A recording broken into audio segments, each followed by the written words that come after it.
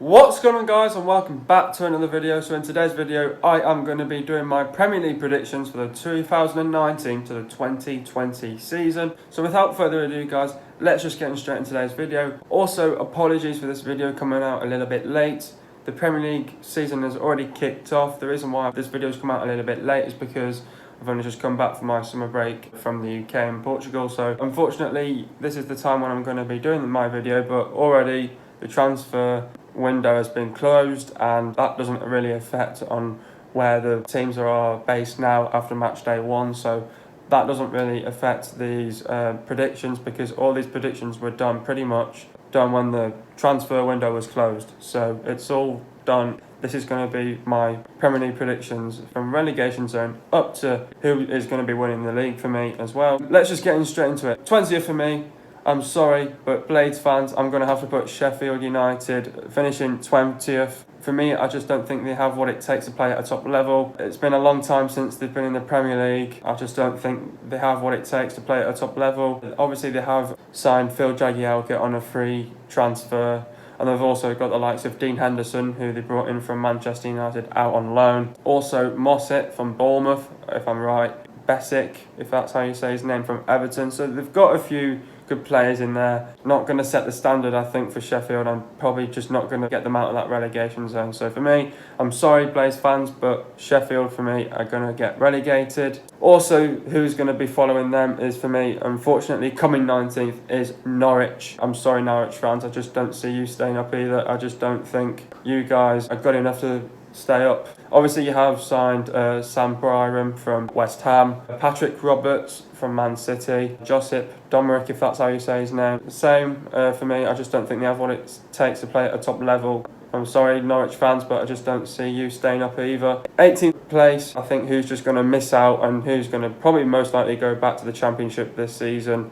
Well, next season, should I say. For me, they've been lingering around for quite a long time. They only just did it by 2 points. They only just made it out of the relegation zone by 2 points, and that is, of course, 18th place for me, Brighton Hove Albion. I'm sorry, Brighton fans, but I just don't see you guys staying up now. Yes, you have signed Aaron Moy from Huddersfield Town. Yes, he was in the Premier League. Obviously, they've signed the likes of Matt Clark, Adam Webster, Taylor Richards. You still got some good players there, but are they going to be able to keep you guys up? Obviously, you've also let Anthony Knockaert go on loan to Fulham. And also, they've got a new manager now. I think you've got to be careful what you wish for. I just don't see your new manager, Graham Potter, going to keep you guys up. So I'm sorry, Brighton fans. I think you're going down back to the Championship. But also, best of luck for the season. You might prove me wrong at the end of the day as well. 17th, just escaping and probably just going to stay in for the Premier League next season. Hopefully I can get this right. Southampton for me. Southampton, they finished 16th last season. I think they've got the team to stay up into the Premier League. They've obviously signed the likes of Che Adams, Danny Ings, they made that permanent as well. Also, they've also lost Matt Targett, but once again, they keep selling their best players. Was Danny Ings getting the game time? I'm not too sure. Was he playing Nathan Redmond more than Matt Targett last season? I think Southampton will probably just stay up. Hopefully, they might just make it in for the Premier League for next season as well. But you never know. These predictions, these teams could prove me wrong at the end of the day, and let's see what happens. 16th for me, Crystal Palace. Now, they've obviously lost the likes of Aaron Wan-Bissaka. He's obviously come to my boys, Manchester United. Who have they signed in this transfer window? They've signed the likes of James McCarthy. They've also made the Jordan Ayew thing permanent now for Crystal Palace. They've also got Gary Cahill now, so they've got an experienced back four. But obviously, with the loss of Aaron Wan-Bissaka now, are they going to be able to just stay up? Possibly. They've probably just got the team to do that. Roy Hodgson is capable of keeping teams up. I don't see Palace going down, but I think Crystal Palace for me will come 16th. 15th for me, I'm saying Newcastle. Obviously, Newcastle have got a new manager, Steve Bruce. They've lost quite a few players. They've lost Ayuze Perez. They also lost Rondon, that went off to China. But they've also lost Rafa Benitez.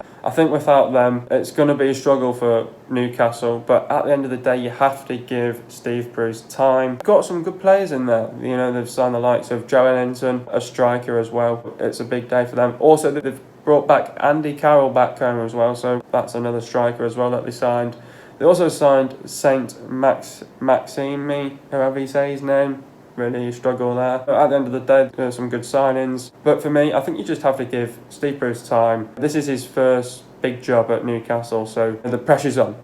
Is he going to be able to keep Newcastle up? I hope so. Hopefully, they may probably prove me wrong. I think Newcastle, for me, will come 15th, and hopefully I can get this prediction right. 14th for me is obviously one of the new ones that got promoted from the Championship, and I'm saying Aston Villa. Aston Villa have brought in 12 new signings. It's been a very good transfer window for them. They've brought in the likes of Tom Heaton from Burnley. They've also signed, they made the El Higazi permanent. They signed Tyrone Mings from Bournemouth. They signed Wesley, Matt Targett from Southampton, Douglas Luiz. They've got some very good players in there. Aston Villa for me, I think they'll have a good season back into the Premiership with the likes of Dean Smith in charge now. He was fantastic in the Championship, and now to bring Aston Villa up to the Premier League. I think they'll do well. They've got a new team now. I think they'll finish mid-table for me. I wish them the best of luck for this season. Coming 13th for me, Burnley for me. Obviously they had a shocker last season, but wanting to improve this season. Obviously they've got the likes of Jay Rodriguez in. Obviously they had to sign a new striker for the loss of Peter Crouch, who retired from football. They've also signed Danny Drinkwater from Chelsea. They've also brought Bailey Peacock-Fowler up from the academy as well. They've also signed Eric Peters, another centre-back as well for them. I saw in the first game that they were playing him more out on the left, more as a full-back. Eric Peters, he played in the Premier League. He was obviously came from Stoke. He's not the best centre-back in the world, but obviously they still needed a bit of experience there at the back. I believe Burnley may come 13th. You never know. They will be looking to improve this season, obviously after a shocker last season. I think hopefully Burnley may come 13th. They may prove me wrong. I may get this wrong. Hopefully these predictions are going to be right. Coming 12th for me, I think Bournemouth. They've also signed the likes of Lloyd Kelly, Jack Stacey, Philip Billing from Bournemouth, I think. They've also signed the likes of Harry Wilson from Liverpool on loan. But Bournemouth for me, you know, I like Eddie Howe as a manager. I think he's a very good manager. I may probably slightly get this wrong with Bournemouth because last season they finished 14th, but I'm sure that they'll be looking to improve. 5 new signings. Are they going to do business in the Premier League? It's going to be hard. Hopefully Bournemouth will come 12th, but if not, they may just finish 1 below or 2 below, or you never know. Might have overestimated them, or I might have underestimated them. So let's see what happens with Bournemouth. I like Bournemouth as a team, and hopefully Eddie Howe will keep them up. Let's just see how the season folds. Coming 11th for me. Now, I'm not too sure about this. They got absolutely hammered in the FA Cup final, 5-0, 4-0 by Man City. I may get this one wrong. I may get this absolutely wrong, but I'm saying Watford. Obviously, they've signed the likes of Craig Dawson, so they've also got some experience at the back there. Obviously, he came from West Brom. Danny Welbeck also signed for Watford, and I think he might gel it in pretty quickly. That'll be a good strike force there, because obviously they've got the likes of Troy Deeney, a few others at the top there. If they come to mind, my mind's completely blank at the minute, so I can't really think. I think he may gel in the team really well when he's back fit playing, because obviously he suffered with a massive injury last season. So when he's back fit, I think Danny Welbeck will fit in that squad really well. Let's see what Watford. I may get this one absolutely wrong. Let's see. Coming 10th, they came 10th last season, and I think they're going to come 10th once again. I'm saying West Ham. I think West Ham are going to come mid-table. They signed the likes of Sebastian, I may get this wrong, Haller, however you say his name. Also, they signed the likes of Pablo Fornals as well. And they also, got rid of a few players. Andy Carroll, obviously, Samir Nasri. They got rid of, quite a few players. Obiang, I think, went as well. So they've obviously got a few good signings once again. They've obviously a backup keeper for Fabianski as well. Roberto, I think it is. And also David Martin coming into the team. 9th for me, I think Leicester City. I could be absolutely wrong with this one because they've lost Harry Maguire and he's gone to Manchester United. Are they going to be able to cope without him? Hopefully. But who have obviously Leicester signed in this transfer window? They've signed the likes of Perez from Newcastle. I think they obviously needed another striker. The loss of Okazaki. Probably a good partnership there with Jamie Vardy as well. They've also signed the likes of Justin as well.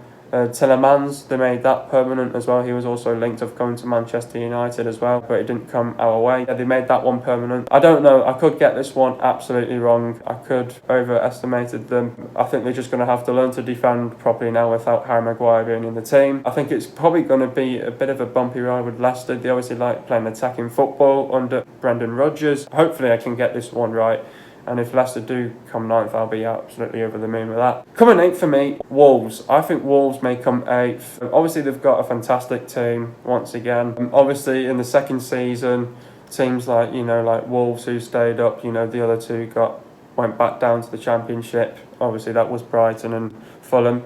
But usually, in the second season, they just don't have a great season. I think, Wolves, they've got a very good team. Are they going to pick up with the pace now? Could they sneak into the top 6? They could prove me wrong, Wolves. Obviously, they've made the Raw Jimenez permanent. Also, Dendoncker permanent as well. They've also signed Cutrone, if that's right, from AC Milan, I think. They've also still bringing in some Portuguese talent there. Neto as well and Jordao. Are they going to be able to settle in the team pretty quickly under their manager as well? They're bringing that Portuguese talent so they can have that team talking Portuguese as well. It won't be all Portuguese because they do have a few players from Belgium, Italy, Ireland in there as well. So their manager likes to bring in the Portuguese talent. They've got to play our boys next week as well. Wolves, hopefully I could get this right. If not, I could have underestimated them or just a little bit overestimated them. But I wish Wolves the best of luck for this season. Let's see what they do this season. Coming 7th for me, and who is hopefully going to qualify for Europa League next season. They've had a fantastic transfer window, and I think they've won this transfer window for me, and they've absolutely done business this window as well. Coming 7th for me has to be Everton. They have had a fantastic transfer window. They've signed the likes of Yersel from Huddersfield Town. They've signed Andre Gomez from Barcelona. They made that permanent.